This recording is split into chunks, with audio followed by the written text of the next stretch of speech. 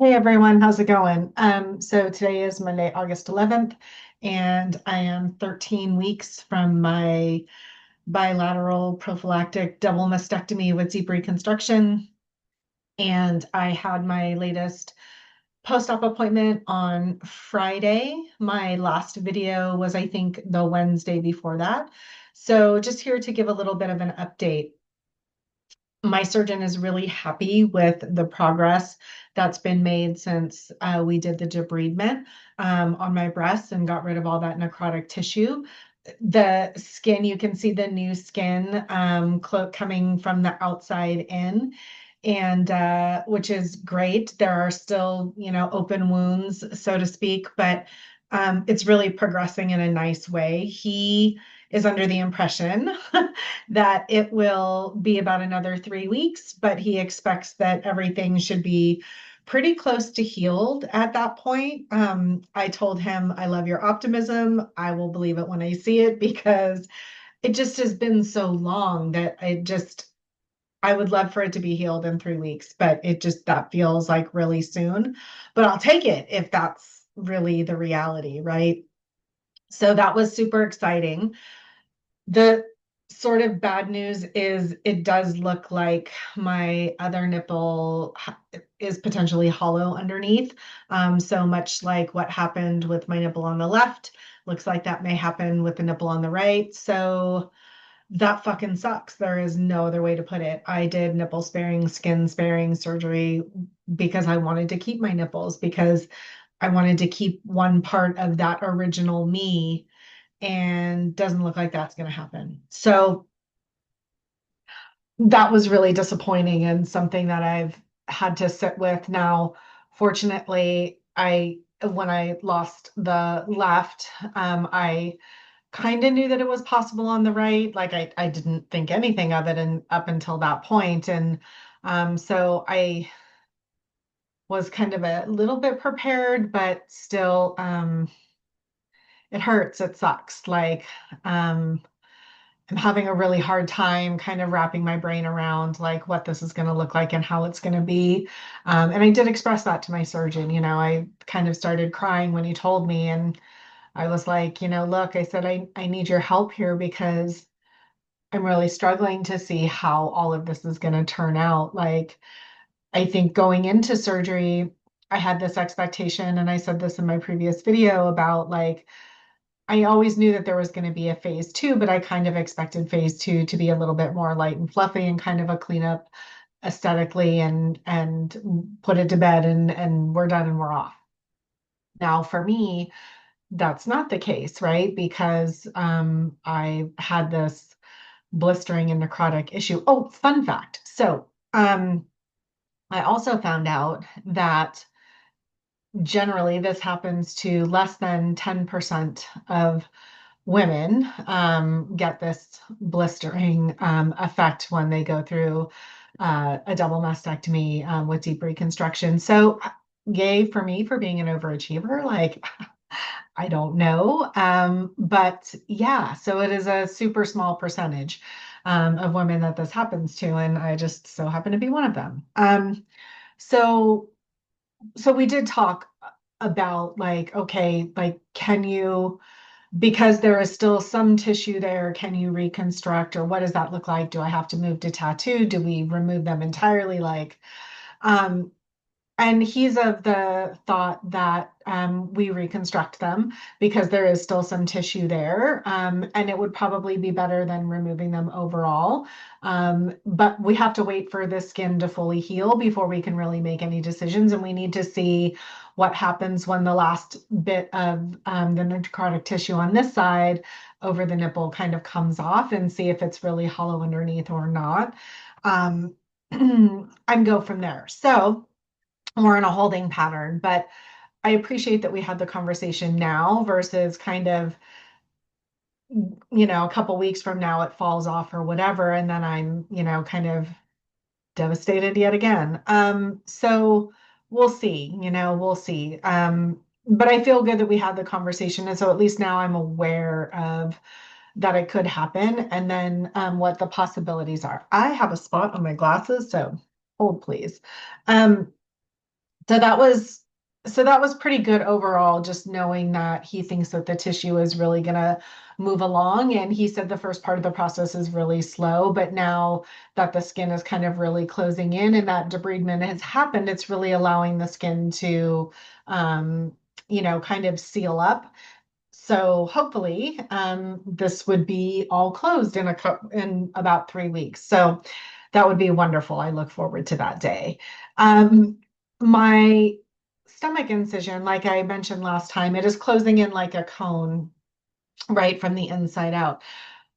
There is still a spot that's leaking. It got kind of funky this last couple of days. So when I went in to see him, he kind of poked and prodded and squished it and made it ooze a little bit, which was again disgusting, but it happens with wounds, healthy or not. So he did take a swab of it. So we're waiting to see what that culture comes back at to see if it's infected. It doesn't look infected in any way. I don't have a fever. The skin around it isn't red. It's just the fact that what is leaking looks a little funky. So better to err on the side of caution. The but otherwise it looks good in terms of the tissue that's forming and building in the pocket and kind of closing and coming out. He said that looks good. So we'll wait to get the culture back. Hopefully that'll be within the next day or so.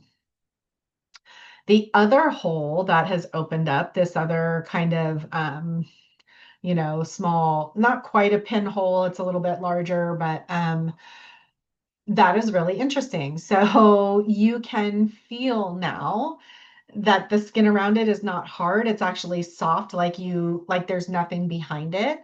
So it's clear that that's a pocket, right? So he doesn't want to open it up. He did um, stick this little thing in there and kind of feel around, and then felt on the outside, and you could tell that it's a pocket. So again, we're gonna just keep packing that sucker with collagen. And much like the other one, it will eventually close from the inside out. That side isn't leaking, so that's great.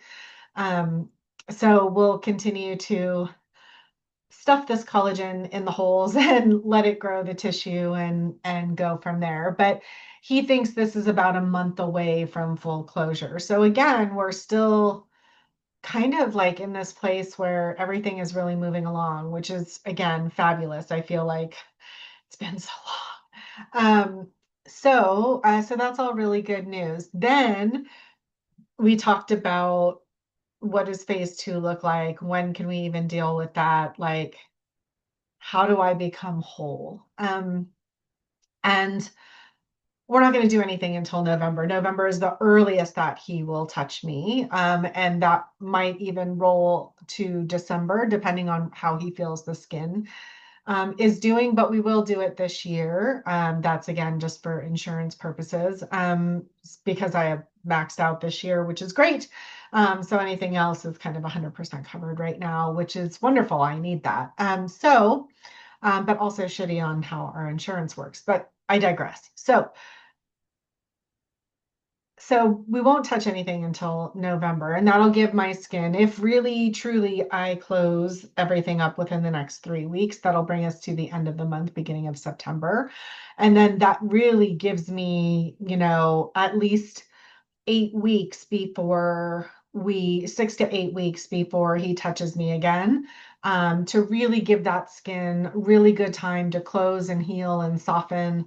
And then I'll be meeting with him every 2 weeks. No, sorry, every 3 weeks. Right now, I'll go back in 3 weeks to see him. We'll be talking every week, sending pictures of the progress, etc. I'm still working with the wound nurse, although that's going down to 1 day a week. So that's actually kind of nice because we're not changing up the routine right now, because we're staying with the things that we know have been working. It's a pretty solid routine. So I'll change the bandages every other day unless I have a lot of leakage, and then I have to change them accordingly. But that'll create the right environment for the skin. And then I'll go back and see him in 3 weeks, and then I send him pictures twice a week for him to review, just to monitor. So that's great. It kind of finally lightens the load of wound care a little bit, which is really nice because again, as I've been talking about, and I don't even know my last 5, 6 videos, um, wound care is a lot. It's a lot mentally, physically to kind of go through this every day. And when it was kind of changing every every other week to something new or different, or we were trying different approaches, it just gets daunting. So to be kind of in this like final stretch and like have a routine that I can stick to, it's every other day. I know exactly what I'm doing. Hopefully it'll go really quick. So that was all really good. And then we kind of talked about the emotional side of phase 2 because I'm like, look, I need to know that when I go into phase 2, like, could this happen again? Could there be issues like this that are really dramatic? Could my skin go bad again? Like, what's the deal? And so what happened to me in my breasts in my first surgery isn't likely to happen with the second surgery. It's not as much trauma going on. You're not transplanting tissue in that same way. So that was really good news. I literally cried tears of relief to know that like that is unlikely to happen, right? Is there still a percentage of something that could go wrong? Yes, but not quite the same thing.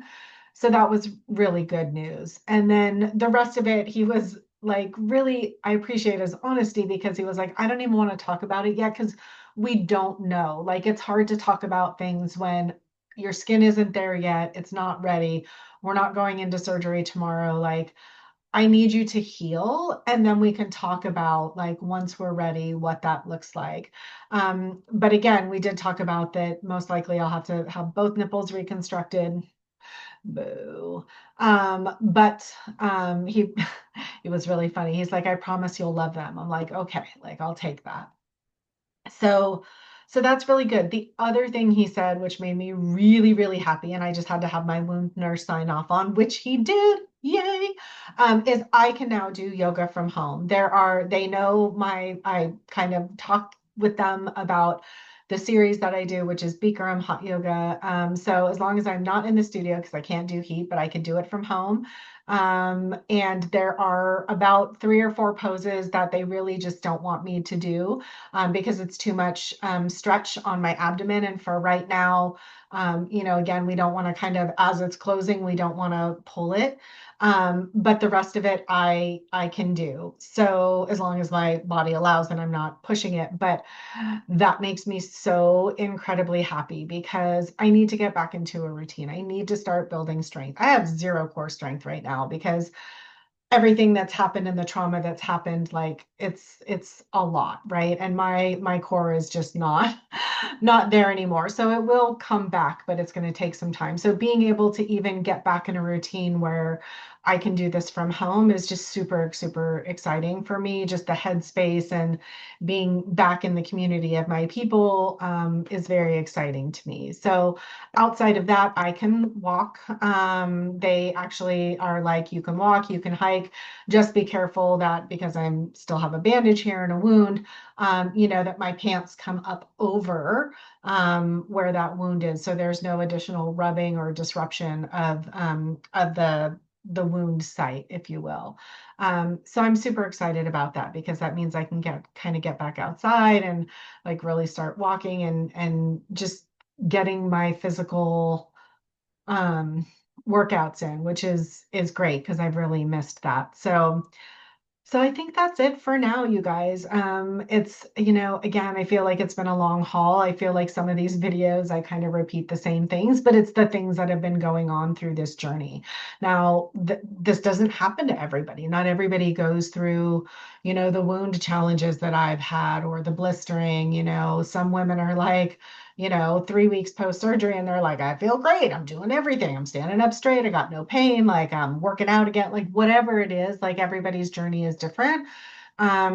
This is mine. So it's just been a really long haul, but I'm glad to be where I am now. And I'm really looking forward to much more progress as the days go on. So I will keep you posted.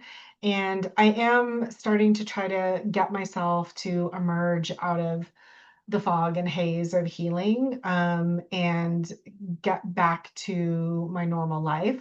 And I also do really want to create these other videos around what this journey has been like, not just the wound care stuff, but really around what it's like to kind of emotionally go through this, what it's like to prepare for this, and kind of just share some other insights about this surgery. So if there's anything else you want to know, that I haven't covered or will be covering in the future, please feel free to ask, drop them in the comments below. Otherwise, I'll try to put out some more videos here within the near future. So yeah, that's it. I hope you have a beautiful day and we'll talk soon.